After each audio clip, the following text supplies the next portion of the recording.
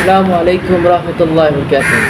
Hari ini Yusuf akan mengajar tentang ciri-ciri kerajaan alam Melayu dan ciri-ciri kesultanan Melayu. Jadi jom kita mula dengan kerajaan alam Melayu. Sekarang ni ada banyak budak-budak yang mencengkelkan sedikit.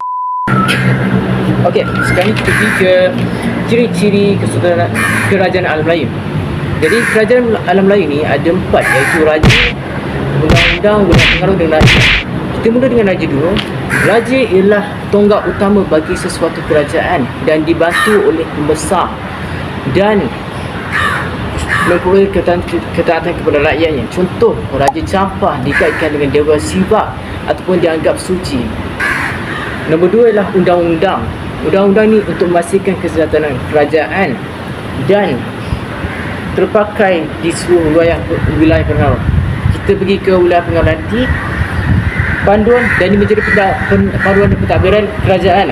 Bajah contohnya Majapahit mengamalkan Putera Manawa. Okey, sekarang kita pergi ke nombor 3, iaitu wilayah pengaruh.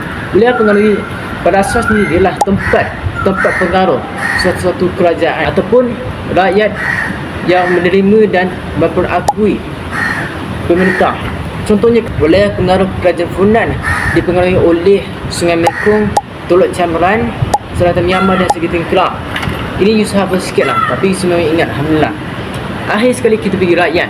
Rakyat ni pada asasnya memang taat kepada raja ataupun merujuk penduduk di sebuah wilayah. Kira dah tadi sudah terangkan apa itu wilayah. Wilayah itu tempat.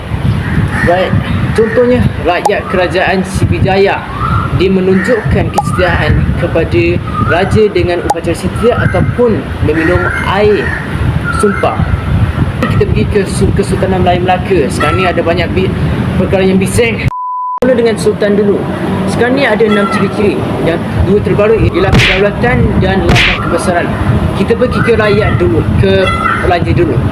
So, raja ni disama je dengan ciri-ciri raja kerajaan alam Melayu. Dia dibantu oleh pembesar. Tapi selepas kedatangan Islam ni, raja ni ditukar gelaran sebagai sultan.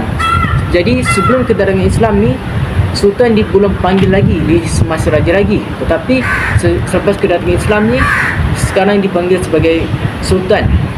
Dan diperkukuh dengan sistem pembesar 4 lipatan yang menjadi tunggak utama bagi Melaka. Sekarang ni kita pergi rakyat. Rakyat adalah taat setia dan mematuhi undang-undang. Dan ada golongan, antaranya golongan Melayu, orang Melayu dan orang laut. Dan ada golongan diperintah. Golongan diperintah ialah golongan merdeka dan hamba. Dan sultan menjamin kesejahteraan rakyat. Sekarang ni kita pergi kedaulatan. Kedaulatan merupakan lambang kekuasaan tertinggi bagi seorang raja.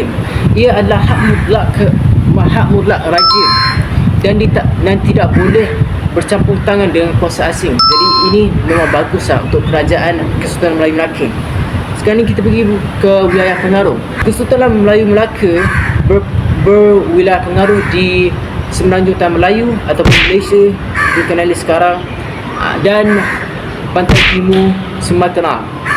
Dan ia membuktikan kewibawaan satu kerajaan diperoleh melalui penaklukan, bangunan dan perkahwinan.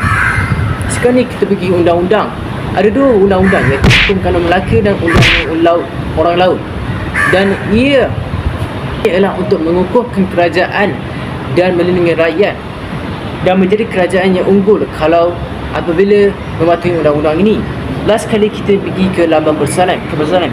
Ia adalah identiti sebuah kerajaan dan keistimewaan seseorang raja dan menjadi simbol kedaulatan raja yang memerintah. Dan last kali dan rasa itu je lah. Sekian, terima kasih. Memang stres sikit masa nak buat video sebab masa nak mencipta atau membuat video ni ada ramai orang budak-budak yang bising sikit. Tapi tak apa, alhamdulillah saya jumpa tempat yang orang bising tapi masih bising lagi. Tapi tak apa, harap para penonton dengar suara Yusuf.